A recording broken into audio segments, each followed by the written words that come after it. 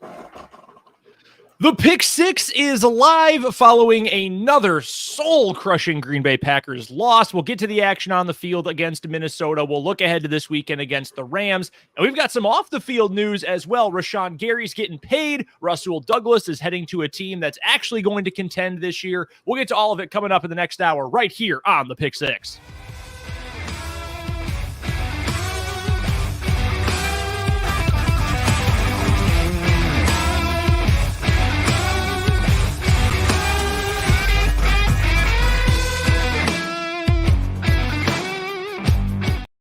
And welcome to the Pick Six Halloween 2023 edition. I am Brendan Dworzinski. He is Jacob Westendorf. He is one of your favorite writers for Packers Central at the Sports Illustrated Fan Nation Network. I went to a college that is ranked 21st in the first college football playoff rankings in 2023. We've got a bunch to get to coming up in the next hour. Obviously, we'll get to what happened on the field at Lambeau this past week. It sucked, man. Like it was awful. It was unpleasant to watch. The defense is as bad as ever. The offense is not even stuck in the mud. They are face down, ass up, buried in mud at this point, and no real sign of any way to get out. So we'll get to that. We also, of course, have the big news. Rasul Douglas, he is on his way to Buffalo. Rashan Gary, he is not going anywhere. He got paid this week. Absolutely. I was pouring one out and to accomplish. I was pouring one out for Rasul, but like I didn't think it was actually going to pour out onto the computer. That's not good. Like, okay, we're good. All over the computer. It's only it's $1,000 machine. That's fine. Yeah, everything's going great over here. Before we get to the news and the Packers and our extra point for today, not out trick or treating with the kiddos tonight. It is snowing, so no. Like short version. No. To be honest with you, so here's the thing.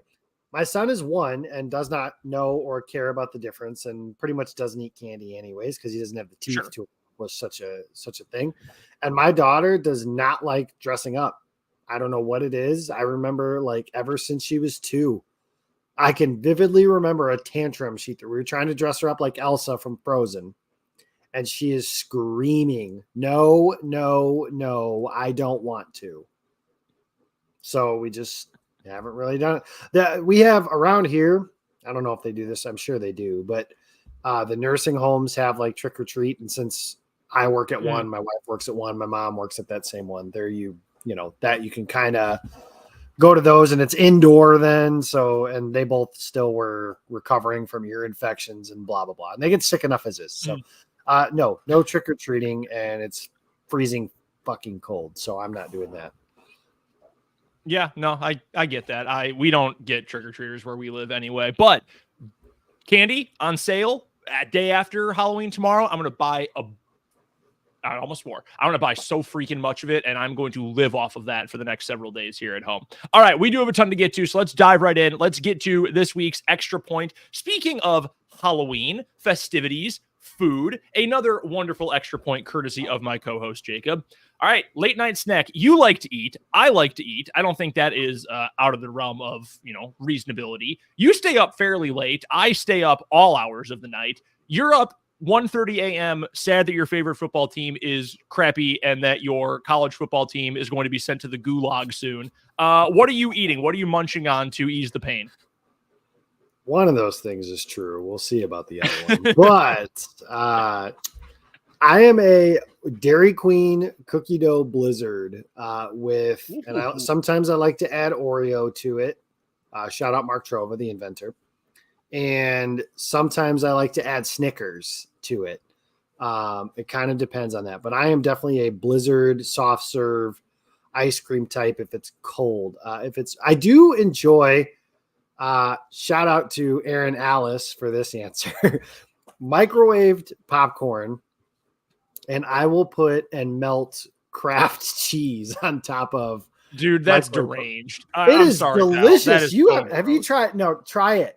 I'm telling you to try it.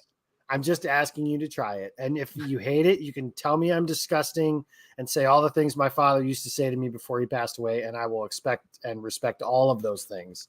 Like, come on. I see what Come on.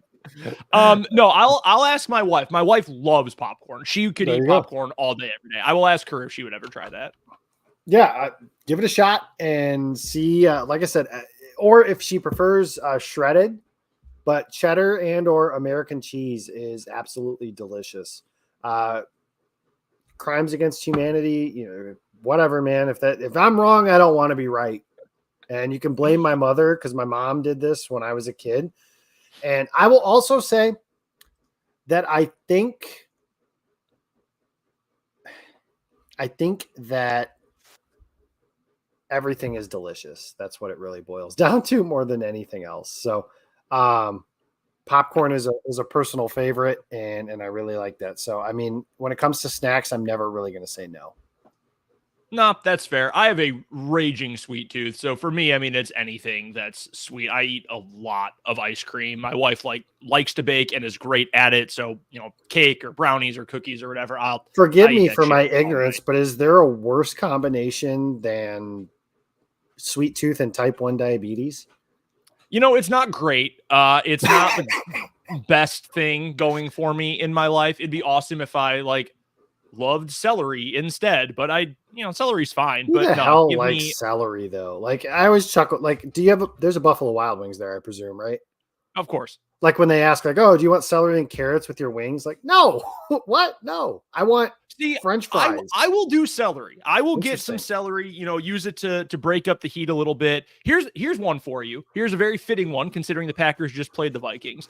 The two things, I'd say three. The three things on earth I hate the most, more than anything else in the world, are the Minnesota Vikings, terrorists, and carrots.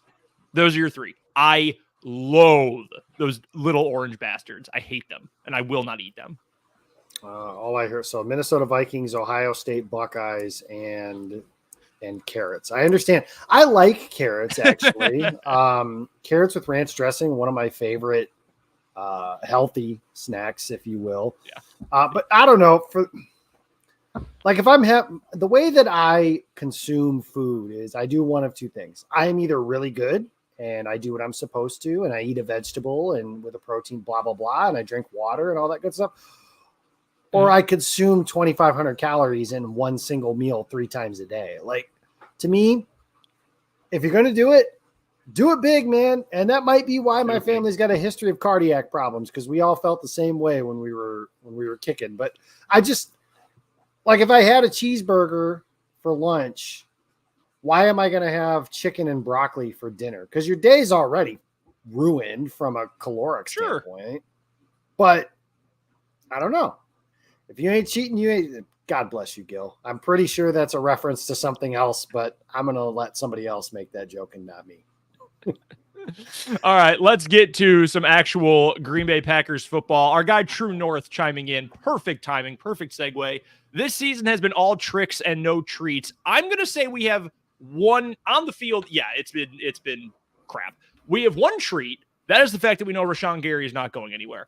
We have 2 pieces of personnel news to get to. I'm going to let you, Jacob, lead our Choose Your Own Adventure show here today. Do we start with the Rasul Douglas trade, or do we start with the Rashan Gary news? There's going to be enough bad, so let's start with happy, and then it'll be just a pile of crap to end the whole thing here. I like the way you think. All right, we've all seen the news at this point. Rashan Gary, cover everything in cheese. It is finally done. We knew this was going to get done. You have been telling people on Twitter, and I'm sure in real life, for days and weeks and months, maybe a year at this point, this deal is going to get done. The Green Bay Packers, if they want to keep their guys, their homegrown players, they keep them. They do not let those guys get away after the first contract if they want to bring them back. They are able to keep their guys. And Rashan Gary is the kind of talent you do not let get away. That dude is a game wrecker. He is a game changer. He's one of the most disruptive edge rushers, pass rushers anyway, in the NFL going right now. And he's doing all of it this season, coming off of the ACL injury. He's a freak. He's a stud. And the contract the Packers got him for is not exactly break the bank kind of stuff. It's the front-loaded stuff the Packers love to do. 4 years, $107 million. Whatever the cap numbers eventually end up looking like, here's what you need to worry about with the salary cap. Do you have a good accountants? If the answer to that question is yes, don't worry about the cap. You're going to end up being fine. It's whatever. You need good accountants. That's all you have to do to take care of that. This is a great deal because he's a great player. We're going to get to how many guys on this roster as it stands are like cornerstone guys, or at the very least guys that you legitimately, passionately want to see on the roster next year. If 52 is not at the top of your list, I don't know what you're watching. I know he's at the top of your list, obviously, but no, this is unanimously, overwhelmingly good for the Packers. And frankly, since the beatdown of the Bears in week 1, it's really the only unanimously positive thing we've had this season. Yeah, the Oreo inventor said it best himself here. Like, if you don't pay Rashan Gary, who is a player you drafted, spent time in, developed, made him one of your best players, if you don't pay, this is a different argument and a different sport, and something that was actually disheartening for me was when the Dallas Mavericks lowballed Jalen Brunson, where it was a guy they drafted with the 33rd overall pick. He's a success story. He's awesome. He's your best player, his best friend, blah, blah, blah, blah, blah. If Dallas isn't going to pay him, then who the hell are you going to pay, kind of thing? And that's kind of the deal with Rashan Gary here. Is I know that the conversation surrounding this team right now is poor because they stink, and they do. But when you're talking about a rebuild, even when you're talking about a rebuild, you can't have the entire team built like Green Bay's offense is right now, where it's literally Aaron Jones, A.J. Dillon, and a bunch of children. Like, that's how that is on that side of the ball. You need cornerstone players, face of your franchise type players. Trading a marquee player at a premium position that you didn't have to pay like Nick Bosa, which, like, that was the nice part of this deal for me, is what I keep saying to everyone who's willing. Like, Rashan Gary's awesome, but there's a gap between him and, you know, Nick Bosa or Myles Garrett, TJ Watt, players like that, which, by the way, the Packers play. If you want a sobering thought to be Jordan Love for a minute, look at the list of pass rushers the Packers are going to play in the next month. It's not fun, but nope, not the point I'm getting at here. They got him for a deal that is like the perfect meeting of good, really good, great player, but not like super elite freak show superstar like those other guys I just mentioned. They got him, and I can tell you from, you know, and my reaction with this is, you know, limited, but he's a leader in that locker room. And that's something the Packers gave away one of those guys today. And we'll get to him in just a little bit too, but the Packers need guys like that, especially as, like, this is going to get harder before it gets easier. You know, if the Packers don't win on Sunday, we're looking at what is likely a 9-game losing streak. Like, I mean, sure, they could win and, you know, any given Sunday, all that good stuff. But you get to a point where, you know, are they favored to beat Pittsburgh, the Chargers, the Lions, or the Chiefs? Hell no. Nope. So they lose these next 5 games on top of what is already 4. That's a 9-game losing streak, and they're 2-10. You got to have guys that can keep the ship steered in the right direction. And Rashan Gary is one of those guys. You know, we could talk about the conversation surrounding the people in charge and everything like that. And I think there's things to be had for that. But one of the feathers in the cap of the guy who builds the roster is Rashan Gary. You know, one of my initial thoughts was he wasn't at the draft, and not a lot of Packer fans were, but Twitter essentially booed him the night of the draft. And now he's turned into probably their best player. And this is one of those, again, I'm happy that this will dispel the, well, are they going to tag him and trade him and try and get picks off of that or whatever? Like, yeah, sure. It's like the mystery box thing from Family Guy. It could even be a boat. You know how bad we've wanted one of those. You hope you can draft an edge rusher that becomes as good as Rashan Gary. And again, he's their best player. He's a leader. He's faced the franchise. And I'm not worried at all about the classic, well, they paid him and then he got lazy or too happy or, you know, whatever phrasing you want to use. Like, his work ethic is second to none. And I always found it hilarious, the work ethic or the motor concerns about him coming out of Michigan that were just completely unfounded. And it was crazy. You got these anonymous people saying stuff like that. And then it's like, okay, but Don Brown is defensive coordinator, Jim Harbaugh, his head coach, Devin Bush, Chase Winovich, David Long, guys that were drafted in that same class, saying he's our best player and he's our hardest worker. I feel like that carries a little bit more weight than the anonymous person saying, oh, well, there's this one play where the play was all the way over there, like 40 yards that way, and he jogged. So, well, and two, this for being a Michigan fan and watching him his entire time at U of M, like based on his hype as a recruit out of high school, did he produce at that at a similar disappointing level? From that standpoint, right? But that's not like you can't just look at sack stats from college and say, oh, yep, bust or not bust. Like he's either going to work or he's not because he had X numbers or X. Like that's not how it works. If you want another example outside of the realm of the Packers, great example. And I know I'm pretty sure you liked him a lot coming out of college. Starting edge rusher for the Kansas City Chiefs right now from Purdue, George Karlaftis. George Karlaftis is awesome. He is he's a lot like Gary in a way. They're slightly different body types. I think Gary's a better athlete overall, but Karlaftis has an incredible motor. He never gives up. He's tough as hell. He's only gotten better as a pass rusher. It was the same thing. Like you have to look beyond, he got double teamed a bunch, but he didn't get a lot of sacks, so that's concerning. No, you've got to look beyond that. You always had to look beyond it with Rashan Gary. He has lived up to all the hype. I mean, shoot, he's the prototype for the guy the Packers drafted this year in the first round, and Lucas Van Ness. I don't know exactly what's going on in Brian Gutekunst's head or any of the other scouts or front office people any given time, but it was very clearly a similar thing. Big Ten pedigree, huge, athletic, great tester, probably raw at the NFL level at first, grows into a pass rushing freak. Now, it's worked for Gary. Don't know if it'll work for Van Ness, but the fact that it's at least worked out once, like you said, I mean, that's a credit to Goot. That's a win for him, and it's a win for the Packers to keep this guy around. And those are the only wins they're getting these days, so we'll take them whenever we can get.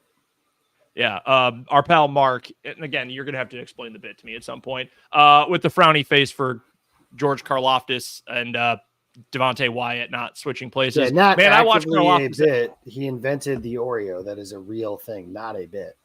I'm just going to DM him at some point and ask where this came from then. All right.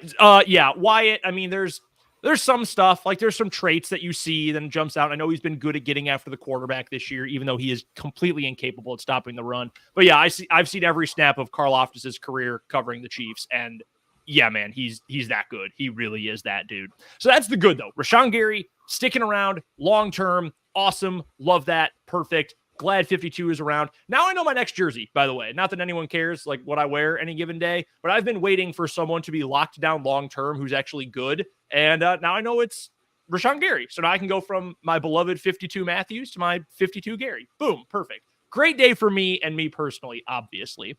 The next piece of personnel news, I'm super curious where you come down on this, because I feel like a lot of the reaction has been really aggressive about this particular trade. We know what it is. Rasul Douglas, he's being traded to the Buffalo Bills. Him and a 5th round pick to Buffalo. Packers get back a 3rd rounder from the Bills in next year's draft. I felt like when this news broke, I was on the air in Topeka. I was doing my show and the news broke and I thought, that sucks. Like, I like Rasul Douglas. He's an awesome personality. He has been, you want to talk about a feather in the cap of the pro personnel department for the Packers. Yep. I mean, off the scrap heap a couple years ago, and he became a leader for the defense. This year, he's been among the 3 or 4 best players on the entire defense, if not the top 2 or 3 best he's players right on the after defense this year. Rashan, in my opinion. Yeah, he's been awesome this year. And like, it sucks. I liked having him around, and I wish him the best. He gets to go play for a contender that desperately needs a corner. Like, good for him. I will miss him on this team. And yes, he's a leader. Yes, people went to him for advice. We saw that all over Twitter after the game against the Vikings. But, like, guys, the Packers sucked with him. Like, this is not changing the trajectory of the season. I don't believe this is... My whole Twitter was tank. Oh, we're tanking. Tank commander. Guys, it's one player. It is one player on an expiring contract who wasn't coming back next year anyway, who I believe is on the wrong side of 30. Like, this... No, and his contract wasn't expiring either. He was under contract for next year, which is why... Oh, is it for next year too? Okay. Yeah, which is why I'm disappointed, because... Sure. I mean, again, when we're talking about... Thank you for the correction, by the way. Yeah, what an asshole, right? No, that was very earnest. God damn, I can't even be earnest. No, I'm disappointed about it, just because it's a guy, like, again, I think when we're talking about keeping the ship steering right, like I'm telling you guys, The bumps are coming if this losing streak continues. Like, if you guys think Jair Alexander saying, I don't know, for 10 of his 20 answers in the locker room after the game is bad, it gets worse. Like, wait till you hear about players have lost faith in Matt LaFleur, and Kenny Clark punched Joe Barry in the face after a meeting, or like, I'm making that last one up and being sarcastic, but still, like, stuff like that. It's going to get a lot worse again before it gets better. And I feel like you needed a personality like Rasul Douglas to kind of continue the no nonsense. No, this is not a youth thing. Like, I appreciated him saying, no, the only guy who gets any, like a pass is the kid that they had from the international program. And that's it, cause he's never played before. The rest of us have played football, and Rasul is right. We'll talk about this in a little while, but the way the Packers have played, there's a difference between growing pains and embarrassing or incompetent or whatever superlative you want to use. And the Packers are on the wrong side of that right now. A 3rd round pick doesn't do much for me simply because it's not traded. And that takes out even the fact that the Packers 3rd round picks have been a tire fire for the last 10 years. Yeah. It's not ammo to move up and get a quarterback in the situation that they're picking one. Say if they finish 4th and need to get to 2, like that 3rd round pick's not going to be the difference between moving up to get him or not. Mm-hmm. And it's just not a high impact type of pick. It's not a first. I said last week, I think I would trade guys for a 1st or 2nd round pick, and that's it. And Douglas is still good. The Packers right now, with Alexander having a bad back, might have 0 good corners. Not one. They've gone from champagne problems to a beer budget, and they're drinking natty lights. Like, it's not a good situation. And now you're almost rebuilding the corner room again because Eric Stokes is out for at least another month. And who knows if he even comes back. And if he comes back, what is he? So Justice Mosqueda wrote that I think it's a statement about the job security of Brian Gutekunst. Because if he's selling off pieces, then he knows he's not getting fired no matter how crappy this goes. Whether that's right or not, we can talk about too if you'd like. But I'm disappointed. Rasul Douglas was cool. I've spoken with him several times, both prior to this year and this year. Find him engaging, find him smart. And he's a really freaking good player. Like, he is. He's not going to be on that list of best corners in football with Sauce Gardner or whatever, but he's good at everything, if not, great at nothing. And I think the Packers need more players like that, quite frankly, because it almost feels like their defense is a mix of really good player and like inconsistent to not good player. And Douglas was one of like 3 players on their team that was consistent all season. So it's a bummer. So, and just to clarify, and again, earnest question here. Like, you're saying that the value that he brings is more valuable than whatever a 3rd round pick is or could be. Oh yeah, absolutely. And I think, that's the other thing is when you look at next year, I keep telling people, and I said this before the season started, these guys don't have just a free roll. Like, they don't have license to suck. If this team is bad this year, and they are, if they finish bad, somebody's getting fired. Whether that's all the coordinators, the head coach, the quarterback, whatever. And if the head coach survives a bad season, well, guess what? Everybody and their mother is on the hot seat in 2024. And that includes Brian Gutekunst, or at least it should include Brian Gutekunst. Agreed. So are you committing to sucking for a second season? Because that doesn't work very well. They need, and if Green Bay is keeping Jordan Love for 2024, and there's a lot of questions to be answered before that, the team can't stink again. Like, you have to get some kind of growth between this year and next year. The problem is this team hasn't grown at all since the start of the season. They've gotten worse, quite frankly. So, I don't think that the 3rd round pick that Green Bay got supersedes the value of what Rasul Douglas could be for this team. He might be their best cornerback. Jay Alexander's got a back injury. Who the hell knows whenever that's going to be okay? Maybe it won't. That's the scary part. No, I mean, it's very possible it won't. And I guess what it comes down to for me, and we're going to get to Jordan Love here in just one second, but just a closing thought on Rasul Douglas. I guess the way I come down on it is I'm not as viscerally reactive to it as I think some of the emotional response and just general reaction I saw to it. Like again, it sucks. Like he's a good player. He's a really good player, and he's a key piece of this defense. And he's one of the few guys who has actually shown up this season. That is worth something. That should be worth something. That should somehow be valued. But by the same token, like I get it. Like I understand why the Packers did it. If you want to dispute the actual value they got back for it, that's a fair discussion. But I get it. Like I'm not surprised that a team that really sucks was willing to take a day 2 draft pick in exchange from a team that really needs a corner and is contending right now. Like I get the move. I feel like I saw a lot, and I know I'm responding to other people responding, which is just the best way to make content. But I do feel like there was just a lot of, I can't believe this happened. I can't believe this happened. Well, really? Like being upset about it and thinking it was the wrong decision, I think is different than not getting why it happened. I guess that's the place where I fall on this. Like it can both suck and be understandable, I think, at the same time.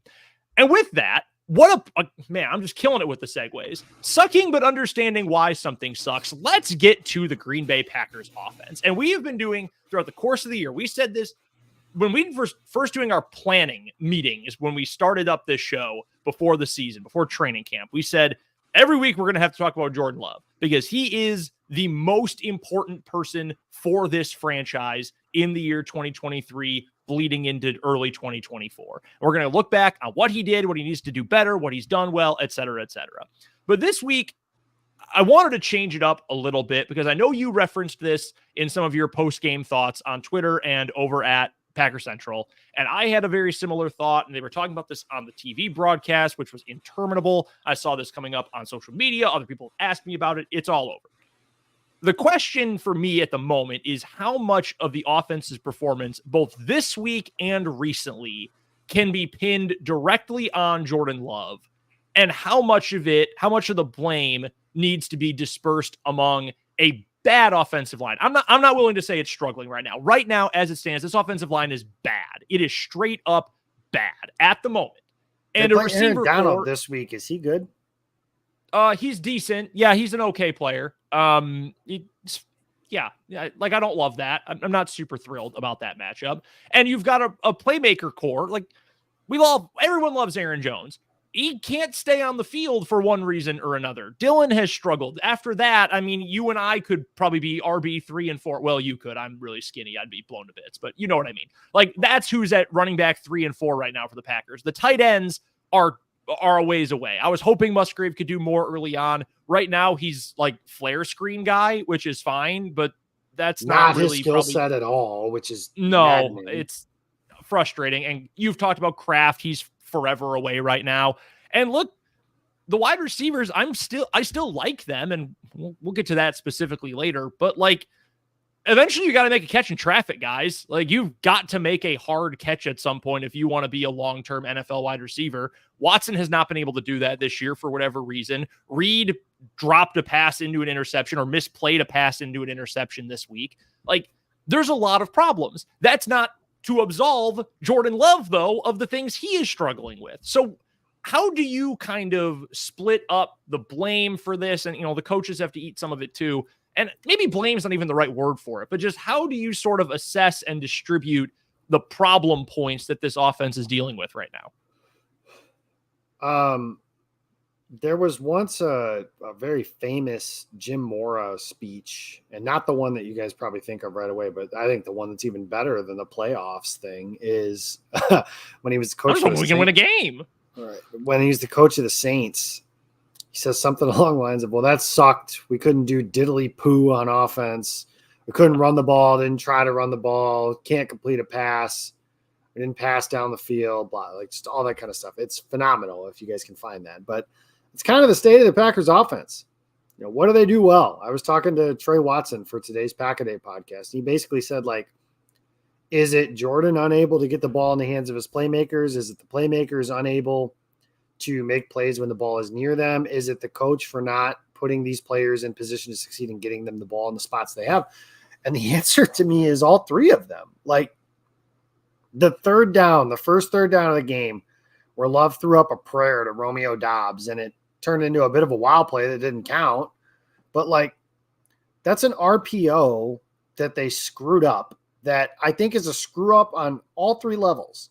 Number one, Jordan, give the ball. You're running behind Elton Jenkins. You can get 1 yard, I would think, and just get that first down. Maybe you get something moving off of that. So Jordan, give the ball. I think it's been decided by myself and other people much smarter than me that Christian Watson was the one at fault for the RPO. Christian, do what you're supposed to do. And Matt LaFleur, maybe just call a straight run play. Keep it simple. And like start doing stuff that way. And then once we master the simple, then we can start doing some of the complicated stuff. And maybe LaFleur's argument back to me is that is simple. Okay. Not simple enough for this crew. I think LaFleur said it on Monday that feels like every play on offense, somebody is making a mistake. And it does. And I think that goes with the coaching staff as well. You mentioned the flare screen stuff. I can remember, I don't remember exactly when, but I was sitting next to Bill and I pointed and said, if Musgrave runs up the seam, they've got him here. Like, I don't know if he would have walked in for a touchdown but they would have had some yardage if he ran up the seam. He ran an out route. Middle of the field was, I thought, pretty open. And that could be based on just a live look of everything, but they're not asking him to stretch the seam. And the 50-50, like at some point, the playmakers have to make a play for their quarterback. Like the pass to Aaron Jones, it was bobbled out of bounds. Is that a good throw? No. Did it hit him in the hands? Yeah. Catch the freaking ball, man. Like you have to. Christian Watson, got to make a play. And I know they're called 50-50 balls for, Trey kind of said this last night. I thought it was funny. They're called 50-50 balls for a reason. That means it's a flip of a coin on who's going to catch it. Well, Green Bay is not catching any of them. And they have to. You know, Reed getting the ball taken away from him. Matt LaFleur said after they drafted him that one of the things that attracted them to him was his my ball mentality. Well, that was a perfect opportunity to showcase that against Josh Metellus. Instead, Metellus gets an interception. 1 play later, it's 24-3. Boom. The game's over. Yep. Like nobody, and you can tell me nobody and their brother ever thought that game was going to be close ever again. And it almost kind of sort of got there after the Preston Smith strip sack, and then predictably they went 4 and out. If you want, I don't like doing blame pie charts or anything like that. And I know it's kind of a lame ass answer, but like the answer to me when it comes to how much is here and is who cares? Like all of it's bad for anybody. Something frustrating to me during the games is like seeing people be like, no, Jordan Love is not the problem. Like, not the whole problem, but like, let's not pretend he's playing like MVP level Patrick Mahomes and everything else about him sucks. The two, I think they must have been fourth quarter, based on which direction the Packers were going. He missed 2 throws, one to the left sideline, one to the right sideline that like, yeah, there's pressure. Yeah, guys aren't making plays for you. But, dude, every quarterback in the NFL has to make these throws downfield. And if the ball comes out of his hands and it's more than 10 yards down the field, I just assume it's not going to be caught or near the receiver because that's the way that it's gone. They haven't hit on any of those. Like their biggest play of the season was a busted coverage. And maybe they've had more, but the guys are running wrong routes or Love's not seeing the busted coverages. And I can't point that stuff out. Obviously, I'm not saying maybe that's a thing, but like, they can't do simple. They don't make any big plays. Like, yeah, the quarterback's a problem. And I continue to completely not understand the people that are looking ahead and saying if they're picking first or second, that you just pick the best left tackle or Marvin Harrison. And you can't just punt on the 3 years that you've given Jordan Love. Yes, the hell you can. They drafted Jordan Love when they did not need him. That wasn't fair to him or Aaron Rodgers. Sorry, man. Them's the breaks. Caleb Williams is a better prospect. And this is a team that everybody now is starting to say, oh, they're rebuilding. Well, you can't rebuild and give Jordan Love $100 some odd million. Because listen to me here. The decision is not Caleb Williams, Drake May, quarterback for 2024 draft, or Jordan Love for 1 season. Because the quarterbacks in recent memory, and I looked this up, and if I'm missing somebody, please forgive me. But Quarterbacks in recent memory that have played as a lame duck, 1 year left on his deal or franchise tag or something like that. Kirk Cousins signed elsewhere for Washington. You really want to emulate the Washington Redskins football team / Commanders under Dan Snyder? No. Dak Prescott, Jerry Jones, and Daniel Megalomaniac. Jones. Daniel Jones, who the Giants then gave $1 billion to. So your choices are extend Jordan Love for the Daniel Jones contract because there is no, well, see if you can get him to sign a team-friendly deal. Nope, he ain't doing that. It's not how that works. Or draft a new quarterback and start over. And again, I'm saying this if things go the route that they go. If they are picking in a position to draft Caleb Williams or Drake May, it is a no-brainer. I do not care how good Marvin Harrison Jr. is, and he's awesome. I do not care how good Joe Alt and Olu, guy from Penn State, whose name I can't pronounce yet. I don't care how good those guys are. None of that matters if the quarterback stinks. And if you're picking first or second, chances are the quarterback stinks. And everything should be on the table. Arizona did it with Kyler Murray. Yeah, no, that's true. And I guess that's what my response then is to the question of, well, who cares? And I guess my answer is it's above our pay grade. Certainly. Like it's not something that I am in the business of figuring out or evaluating. Like I can evaluate it for my sake or this show's sake or for the however many people follow me on Twitter's sake. Like I can evaluate it for that, but it's up to LaFleur and Gutekunst and everybody else in the front office to evaluate how good is Jordan Love? Is this a guy we can hitch our wagon to long term? And that's why I asked the question, because and again, maybe it's something we can't answer because I don't have the trained eye for that. I just have what I've taught myself. Like, what is this season? What is this offense as it stands right now telling you about number 10? Is it telling you that you've got enough there that you can rely on him and you can give him the Daniel Jones contract?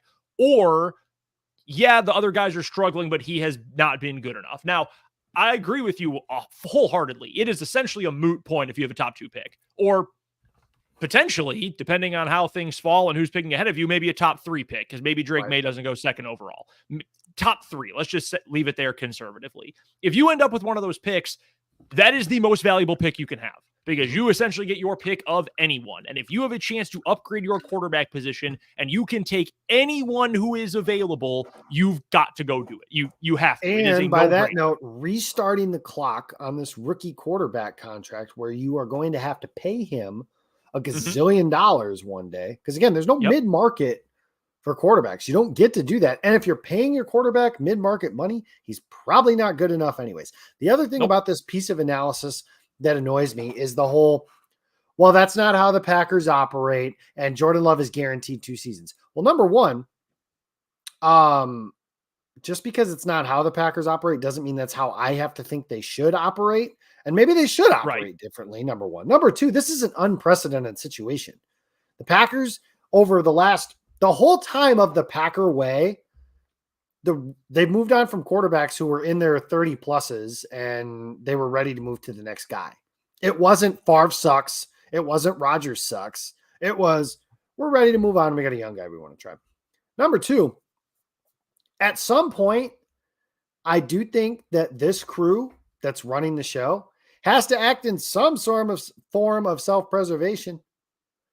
And can you really afford to roll the dice on a questionable quarterback? Because by the end of the season right now, I can't picture a scenario where you're sold on Jordan Love as the future. Unless they just win out, which, yeah, right. I can't picture a scenario where you're sold on him. So at some point they have to act and get another opportunity. But I've said it a million times since the beginning of the year. This is not just a free roll. And I think people don't understand just how bad you have to be to win 3 games in an NFL season. Yeah. I said, like, Matt LaFleur could get fired. Brian Gutekunst probably won't. Jordan Love could be one and done. And at this rate, it is a most extreme of scenarios, but it is playing out. Said it a million times. I wrote it in August. You can find it. Packers Big 3, big year ahead. Jordan Love could be one and done if they have the opportunity to draft Williams or May. And right now, they're not in a position to do that. But if they lose on Sunday to the Rams, and like I mentioned, those 2-10, 9-game losing streak. And I know everybody's saying like, yeah, and they got a winnable stretch, kind of, between in December with the Giants and the Bucks and the Vikings and the Bears. But like, how do you say with any confidence Green Bay is better than them? And guess what? They're probably getting worse between now and then. They just got worse in the cornerback room today. More guys are going to get hurt. Like it's not like, I remember like 2021 where we kept waiting for Bakhtiari to come off of injured reserve or Zadarius Smith to come off. Like those guys are not coming. There's nothing coming to save this team. It is going to get worse. And the Packers, if they guaranteed no matter what happens that everyone is back in 2024, then that is franchise malpractice. Because I also go ahead, finish. I was like, if you were going to say like, oh, Jordan could take a dump at midfield every single game, and he hasn't done that. I'm not saying he has. He's been more bad than good, but not like that. No, I get bad. You can't just guarantee a guy 2 years just because. Josh Rosen was so bad the Arizona Cardinals drafted Kyler Murray, and they were better for it. Is Kyler worth the contract he's gotten? No. But imagine where the Cardinals would have been if they punted on 2 more years because it's not fair to Josh Rosen. Fair is a place where they judge pigs. If this team sucks, get rid of the stink. Start over. Yeah, the only other comment I wanted to make about this is at least the way I perceive the situation, to say that that's not how the Packers operate. Really? Because do you remember who the Packers took with the 56th overall pick of the 2008 NFL draft? Brian Brom. A quarterback in the second round, a top 60 pick before Aaron Rodgers had ever become the full-time starter.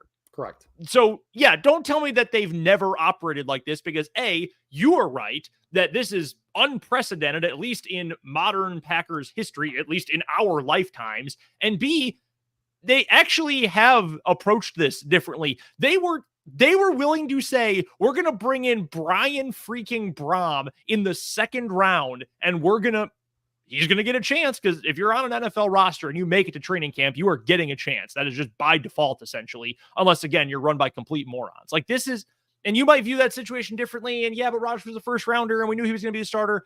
Okay, fine, whatever. That was a top 60 pick before he had even started a year. And guess what? If Rodgers had sucked in 2008, there is a timeline somewhere where in 2009 or 2010, your starting quarterback is Brian Brom.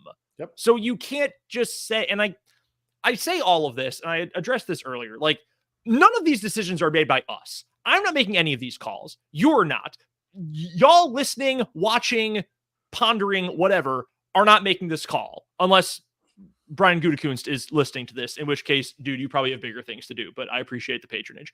Like, we're not making that decision. It's just opinion and perception for us. But this is what the team has to work with. And you are 100% right, I think, Jacob, that at some point, self-preservation kicks in. And you've got to know, I got to save my job, or I got to save all my front office's job. Or if you're Matt LaFleur, I got to make a call to make sure that my ass is safe. And if that includes, if they're going to stick with Jordan Love, fine. So be it. You are paid to make that decision. You better be right, though.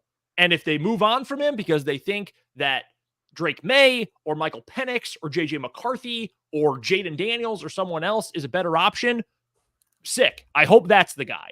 But at some point, you've got to make that call. And that's the whole point of my question, is that what is their evaluation going to look like in the end? And frankly, at this point, I don't really know what it is. I did want to get to this, though, because we talked a little bit about Gary, and Douglas wasn't on my list, but obviously he's one of the key pieces of this year's team. And we're a little short on time, and this is probably going to be a later season into the offseason kind of question we revisit. But I was thinking right after it became 24-3 in the game on Sunday, and I was pissed. I was so mad. Shocking, right? How many dudes on the 53 right now, how many guys that the Packers employ and dress every week right now are guys that you like have an active, conscious want to be on the roster in 2024. There will obviously be many of them. Like, this isn't going to be Coach Prime at Colorado and you're going to have a whole new roster. That's not how the NFL works. Do you believe? Well, right now, no. No, I really don't at the moment for in any context of that quote. But like, we're not saying get rid of everybody except this short list of guys we're picking. But I wrote it down in my phone. I've got a note in front of me right now. I put down 11 dudes who I would say I have like conscious, active want to see rostered for this team next year. Okay, let's see how many match, because I'm doing this shooting from the hip. So Rashan Gary. Okay. Yes, Gary, absolutely. Jair Alexander. Yes, I put Ja on there. Quay Walker. Yes. I would have put Rasul Douglas on it before today's trade, but he's not here, so I don't have to do that now. Kenny Clark. Kenny Clark, yeah. Zach Tom. I have Zach Tom on there. Look at you. I will add the amendment of at center. Yeah, somewhere. Maybe not where he is right now, but somewhere I want Zach Tom. Right. Elton Jenkins. I did not put Jenkins. He should be. I literally don't have him on my list. He should be on there because I think he is better than what he has been for part of this season. So yeah, I would toss him on the list as well. So make it 12 for me. Okay. Wow.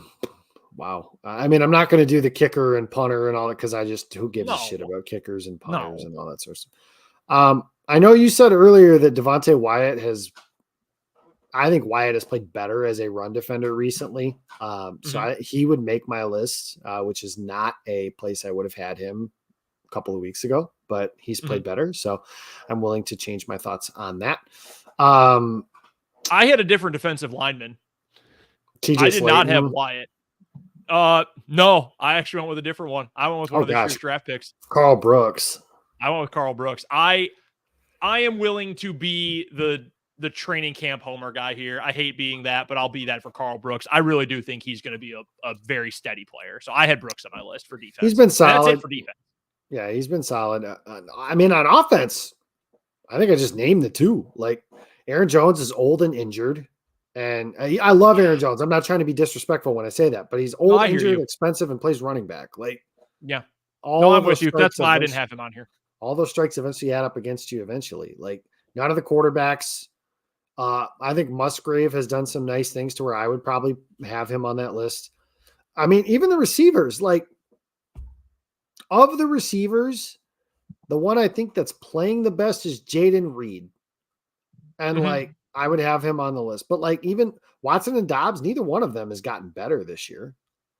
And I'm still curious about Dobbs' ceiling as a long-term player anyways. Watson, I still believe in, but like, I got to see it at some point, man. And maybe it's just the quarterback. And like, if that changed, everything else would change. But like, I don't know what number I came up with out of that, but I think that's where my list basically ends. There's not many. No, that's entirely fair. The change I had, I put the top 4 receivers on there, plus Musgrave. I put all the young guys. I have Watson, Dobbs, Wicks, Reed, and Musgrave on there. And I say that like totally understanding the perspective. You said, dude, I'm out on these guys. Like, I'm frustrated by them. I don't like the ceiling for Dobbs, or I don't think that Wicks is ever going to be more than wide receiver 4 or XYZ other reasons. Well, I will listen to all of those, and I totally respect the opinion. And maybe I'm being too much of the guy that we always make fun of, the draft guy who just can't give it up. But I do still think, based on what we have seen in a still albeit small sample size of Christian Watson, that is a guy worth keeping around because I think there is something there. I think there is still something explosive and dynamic there. I like Jaden Reed a lot. I think Reed is a nailed-on guy because I think he is on a fairly normal trajectory as a rookie receiver right now. I'm not happy with his play necessarily on Sunday, but I like where he is. I like what he brings. I like Musgrave for the same reasons you mentioned him. And yeah, Dobbs is never going to be like Justin Jefferson. He's never going to be Jamar Chase. He's never going to be even, well, T. Higgins has kind of sucked this year, but like prior to this year, like he's never going to be that kind of guy. I think he can be a solid receiver though. And frankly, Look around the rest of the roster. How many guys can you say right now are undeniably solid? And at the very least, depending on who your quarterback is, he's got a good chemistry with Jordan Love. How much is that worth if Love's not the guy long term? Maybe nothing at all. But as things are currently constructed, with the option that 10 might be your quarterback next year, I think there's value in that. And I like Wicks. I think Dontavian Wicks has something there. I don't know what it is. Maybe he ends up not ever being, again, more than a third or fourth option, but I do think there's something there. So I would say keep a lot of the receiving core, especially because they're young, and it can be hard for pass catchers to acclimate to the NFL. But that's it. Like, how many starters did we not name? Most of both the offense and defense. And if you're lower on the receivers than me, then you may have only picked 3 guys or less on offense. And I have a hard time blaming you for that. Yeah, and I know that like they will keep them, and they probably, like, I'm not suggesting they cut any of those people or anything like that, obviously, but I don't think any of those guys is stopping you from like Romeo Dobbs is not stopping you from upgrading at receiver. Like, you're not picking Keon Coleman, for example, because, wow, we got Romeo, or, well, we got Christian. Like, no, they need guys there. You know, you're not picking Joe Alt because you have Rasheed Walker. And they're like, oh, no, we got Sheed. We're fine. Like, yeah, I know. My rage is building at the mention of that name. You can't do that. And the Packers have done that. And I think Packer fans, to some degree, oh, we can't draft a guard. We got John Runyon. Like, John Runyon's a player you can upgrade from. Yep. Some of the Dean Lowry, maybe not the greatest example, but there are guys in the recent past that it's like, you don't not pick this position. And I did this offseason. Shout out to every single person that yelled at me for saying Green Bay doesn't need an offensive tackle when I said that I would want them to pick Paris Johnson if he were available. Hi. Hello. Congratulations. You see why? You don't not pick an offensive tackle because Yosh Nijman is on your team, who they don't even want to freaking play. Rasheed Walker's been a dumpster for 4 weeks. They have no desire to put Nijman on the field until they did. And they did it, and LaFleur was kind of like, I thought we needed to change. Like, you think? I think maybe 3 games ago, that might have been a good idea. But okay, whatever. What do I know? They don't have, again, when you have Devontae Adams, you're not trying to replace him. When you have Aaron Rodgers, well, when you have Aaron Rodgers, not trying to replace him in theory, right? Funny thing about that.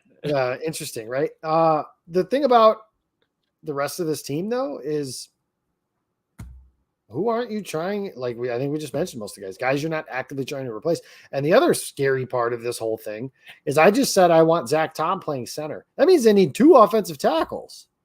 Mm-hmm. That's terrifying because I never was sold on, Rasheed's the left tackle of the future. No, come on now. He's a 7th round pick and he's a functional player. Cool. That's positive. We don't have to make it more than what it is. The same deal with John Runyon, who I thought was a nice player, but never something like, Green Bay's got these, when they had Jenkins and Runyon, I never was like, they got Sitton and Lang reincarnated. It's like, well, no, Runyon is passable and consistent and steady. And this year he's been awful, but I don't know. There's a lot of positions they need to upgrade on. I think the line of scrimmage as a whole could use a revamp kind of on both sides of the ball. And that's scary because, that's the foundation of your team. And Green Bay's not good at either. And, the scary part is going into the draft, and this is a very long time from now, but as of right now, there isn't a position Green Bay can be like, we're good there. We're all right there. It's not good. No, it's not. I'm with you on that. The one thing I will say, draft picks wise, and I use that phrasing very specifically, I hope this front office would be willing. Now, you've got 5 picks in the top 100 right now for next year, which is, that's valuable. There's a whole lot of value in that.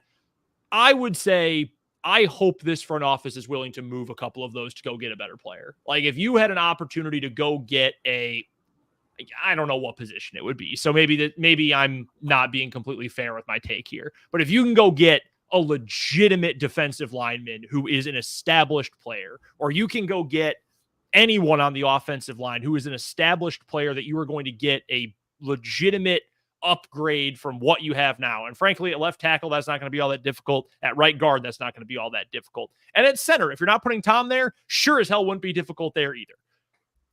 Be willing to go get that guy. Be aggressive, because right now, if you're talking about survival mode, you're talking about what does this future look like? You're talking about, I mean, we got to tear it all down, like truly tear it all down after next year. If it doesn't work, then be aggressive, be willing to go make those big plays. I know that's not really the Packers ethos, but I can't, and I'm not trying to be the people who, oh my God, the Bears made additions at the trade deadline. Why can't we? Oh my God, cooked again. I'm not trying to be that guy, because I hate that. Like I don't think it's very. So you want them to trade those picks for veterans? Is that what you're saying? Yeah. Okay.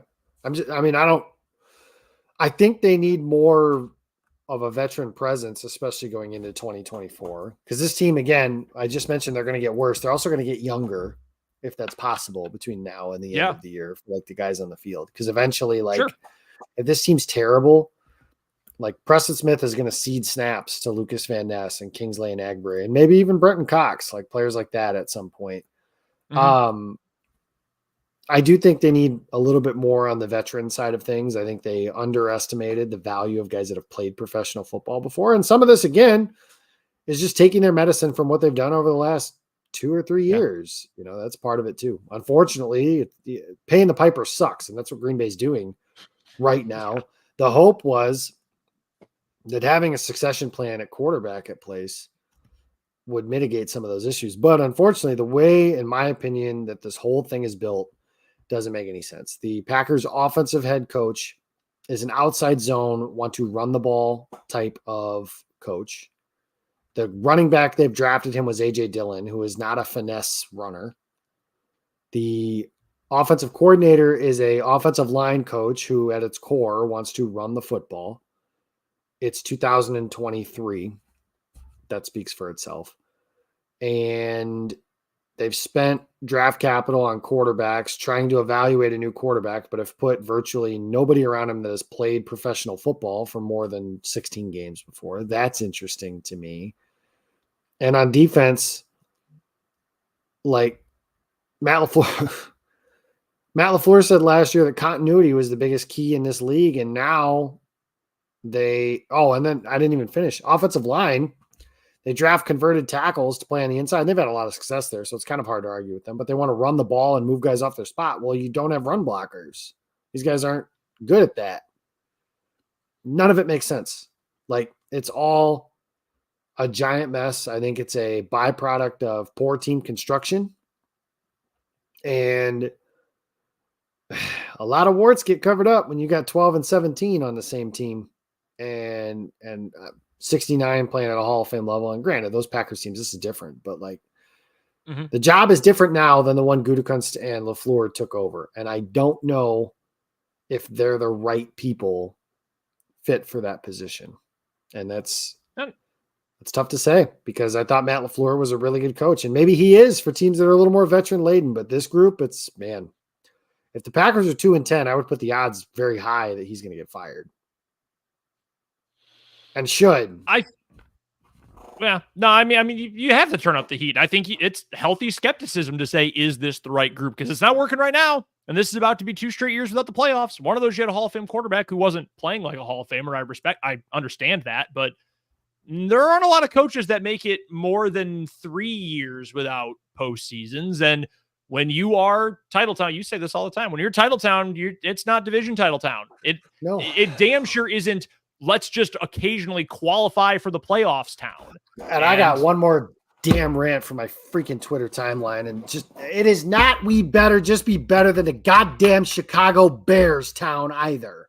Stop comparing the Green Bay Packers to the Chicago Bears. That is not the standard at all. The I own you stuff is fun, cool, great. The goal is to be better than the team that finished with the worst record in the NFL last year and is trending towards doing that again. So forever, like, we're getting dangerously close. There are people that are saying it. Oh, I don't care what Green Bay's final record is as long as they beat Chicago twice. Loser behavior. What? Loser behavior. What? You don't care? If they go 2-15 and beat Chicago twice, you're good? No, that is not at all how the goal is to be better than the Chiefs, the Eagles, the Niners, the Seahawks, the teams that are the cream of the crop. That is the whole point of winning isn't everything. It's the only thing. Have higher standards. God damn it. I preach. No, you're right. I hate that. And you are 100% right. And I'm glad you shared that with us. Thank you for enlightening us. We do have to get out of here fairly soon. No freezer burn for us today, but so we do have time for a quick pick for the game. The over-under for this game is 39.5 points, which is very funny. It's not spread. Quite, have you seen the over-under for Northwestern and Iowa at Wrigley? Oh, I have. And I am very ready to bet the under 29.5 points when we get the opportunity this week. What a disgrace to his name that quarterback for Iowa is. He should be better. Based on name alone. How dare you? What's his name, Jacob? Deacon Hill. And his name is Deacon, which is the name of my son. You should be better based on that alone. The Packers are favored by 3. This line jumped the fence pretty early on, likely because of the up-in-the-air status for Matthew Stafford this week. Also, the fact that the Rams' contingency plan at quarterback is essentially like that. That's what their quarterback room is right now. Dude, John Wolford said, no, I'd rather stay with the Bucks than come back to the Rams where I've actually played before. Tells you all you need to know. All right, Packers favored by 3. The total is under 40 points. What do you got? I'm a little bummed that means Stafford probably isn't going to play because I don't know what it is about him, but I enjoy watching the Packers kick his ass. Like agreed. I have for 15. There was a meme I saw once that it was Stafford when he was a little bit, heavier and kind of had the locks flowing out of his hair and he had his hat on backwards. And it was like, Stafford is the dude who shows up to your friend's house, goes and leaves, blows the bathroom to smithereens, and comes out the door and asks where the plunger is. Like, that's what Matthew Stafford looks like. It's hilarious, and it's funnier if the actual meme was seen, but I can't find it for whatever reason. But I love it. Unfortunately, it doesn't sound like he's going to play. That being said, who's covering Cooper Kupp? Who's covering Puka Nacua? Right. I mean, Paul Brettel said to me before the game started on Sunday that his article started with "Fool me once, shame on you, and fool me twice, shame on me." I'm not picking the Packers to win again until they show me, and I am not either. If this Packers team cannot beat Brett Rippon and the Rams, who are mid at best, yeah, but without Stafford, like bad, most likely, yeah. If they can't win that game, when are they winning again? I do not know. I do not know. And like I said, I think the team got worse today. They just did. Mm-hmm. It just happened. Yep. Sure. Jair Alexander, who knows if he's going to play? Like, yep. He could, might not. If he doesn't, then you're talking about Keyshawn Nixon and guys that were on the practice squad, of some of them on the Packers and some of them elsewhere. Like, it's not good. And they'll probably sign another guy or two to the practice squad and elevate him. That's just how that's going to work. And Aaron Donald is going to eat Jordan Love alive.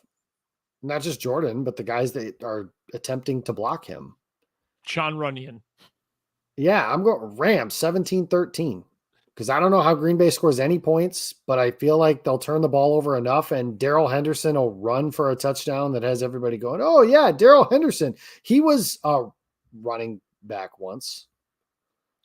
Currently on one of my fantasy teams. No one cares about my fantasy team, but I actually employ him. That'll tell you all you need to know about how I play. I have him too, and my team's lost 3 straight. I traded for Devontae Adams, and my season fell apart. Justin Jefferson got hurt at the same time. That didn't help. That nobody cares about this team. I think you're giving this game too much credit offensively. I'm going to take the Rams too, because again, I can't pick the Packers. I want to. If you've listened to any Packers podcast I've ever done in my life, you know how much it pains me to not pick the Packers to win a game. But how can I with the way they're playing? I don't think we're going to have even 30 total points in this game. I'm going to pick Rams 13-11. That's what I'm going to pick. And in all likelihood, the Packers aren't going to score in the first half. And you know what that's going to make me do? Really get pissed off. And I don't like that. And I hate that you people have done this to me. And you people being the football team that I invest all of my emotional attention in. So thanks. Sorry, I just need to vent a little bit. It's been tough, man. It's been tough for all fans. That's why people 73-9 in the first half since week 3, by the way. 73-9. Can't survive that way, man. It's a sink or swim year, and they are drowning with a boat falling on top of them in the water. Like that's with an anvil tied right now. Yeah, with an anvil tied to their ankles. It's bad. It's all bad. Awful. We've tried nothing and we're out of ideas. It's great. It'd be sick if maybe they surprise us. I doubt it, but I guess that's what makes surprises. We'll be watching the game with you, of course. Make sure you're checking out all of Jacob's work over at Packers Central. He does a phenomenal job. I know all the people who are mean to him in the comment section every week don't want to hear it, but Jacob does do a great job writing for Bill Huber and Sports Illustrated over at Packers Central. You can find me on Twitter, find me on the radio in Topeka, 580 AM. You can find us online, 580WIBW.com, every weekday from 2 until 6. We will join you coming up next week as we get ready for maybe a Packers win, or maybe not. They're going to have to play the Steelers defense. Best of luck to our boys in that one. One way or the other, we're going to join you coming up next week, right back here on the Pick Six, brought to you, as always, by your friends at Game On Wisconsin. We will talk to you guys coming up next week.